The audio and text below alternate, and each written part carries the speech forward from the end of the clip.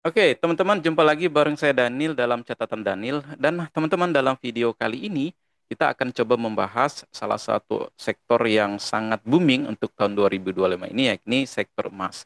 Di mana saham emas ini sebenarnya mencatatkan kenaikan yang cukup selaras dengan lonjakan harga emas dunia.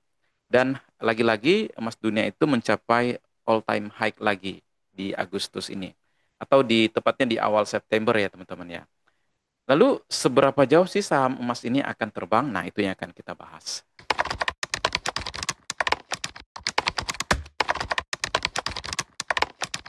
Per 2 September ini harga emas itu mencapai hampir 3.500 US dollar per troy onnya. Jadi dekat dengan level tertinggi terakhir di April lalu yakni 3.500. Dan salah satu yang bikin emas itu naik sebenarnya kekhawatiran independensi The Fed setelah Trump itu menekan gubernurnya untuk memecat salah satu gubernur The Fed yaitu Lisa Cook. Adanya ketidakpastian geopolitik juga dan risiko inflasi sebenarnya bikin kesehatan keuangan di Amerika itu menjadi perbincangan.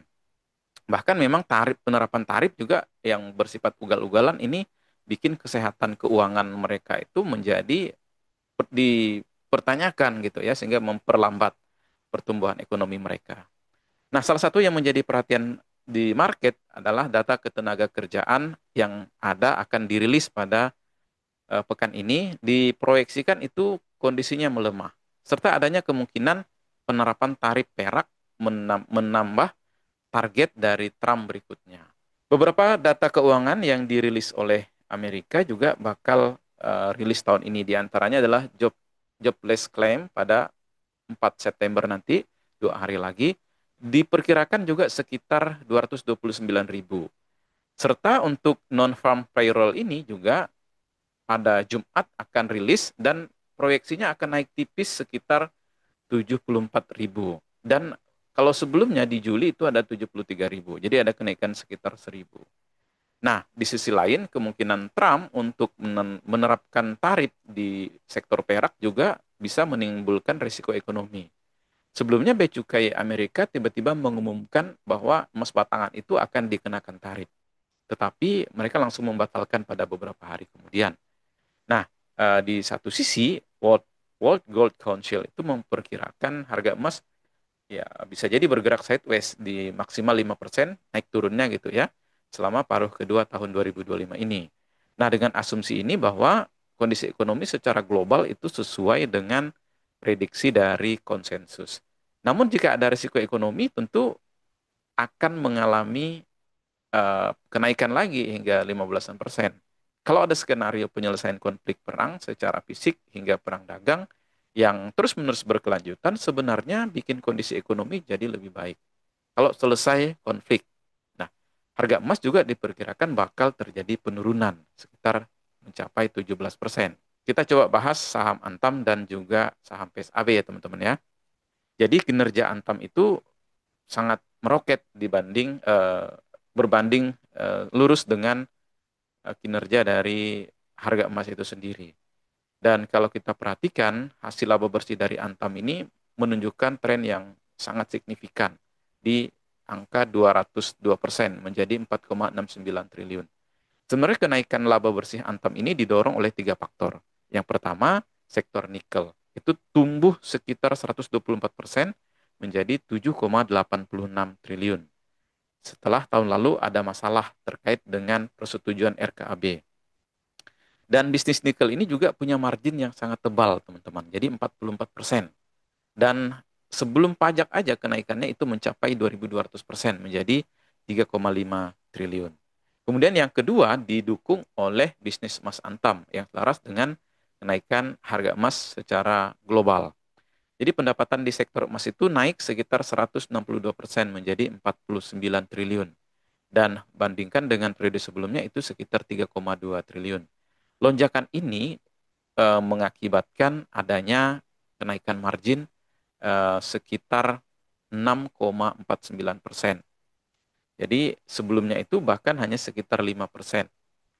Kemudian yang ketiga ada sektor alumina atau eh, smelter alumina di Kalbar itu udah beroperasi di awal 2025 lalu. Jadi pendapatan mereka itu naik sekitar 1,4 triliun atau 101%.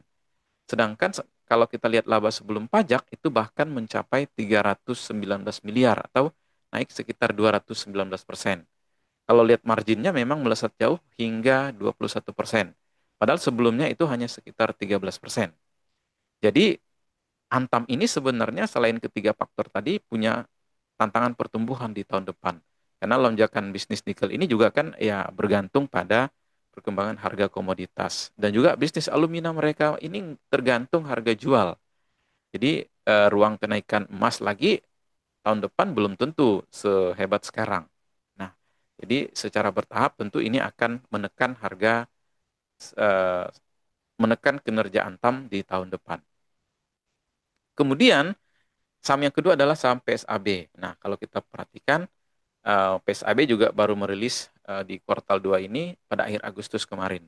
Hasilnya PSAB catatkan kinerja laba bersih hingga 98%, menjadi 19,96 juta US dollar. Nah, sebenarnya dari segi pendapatan PSAB ini naik tipis 7,8%. Kemudian pendapatan naik 7%, tapi beban pokoknya ini malah turun. Sehingga kalau kita perhatikan laba kotornya itu naik sekitar 13% menjadi 87 juta US dollar.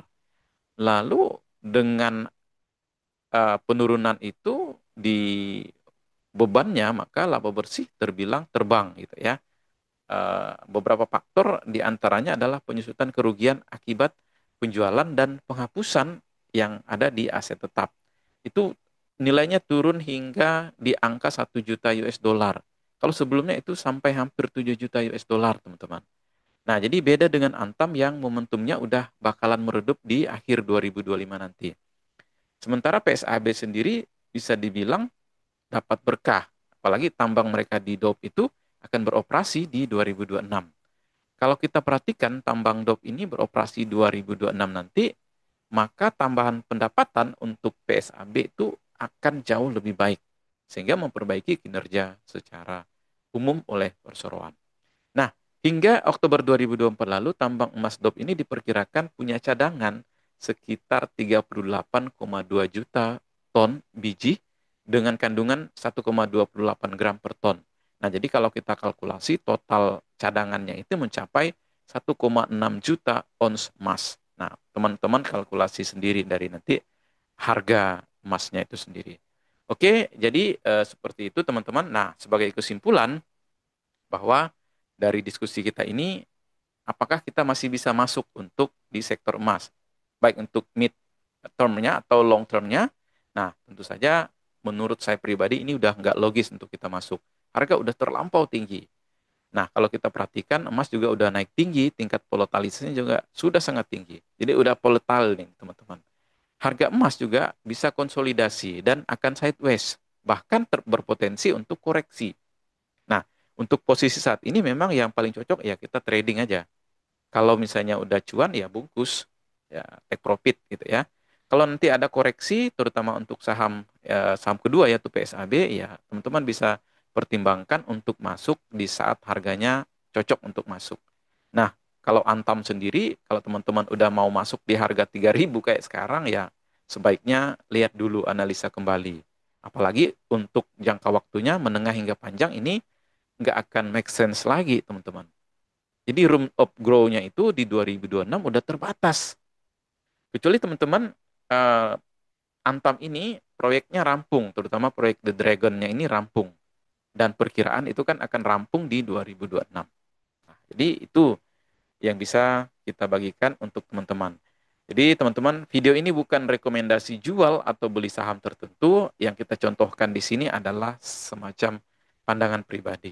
Bukan rekomendasi jual dan beli. Oke teman-teman, saya Daniel dan salam satu frekuensi.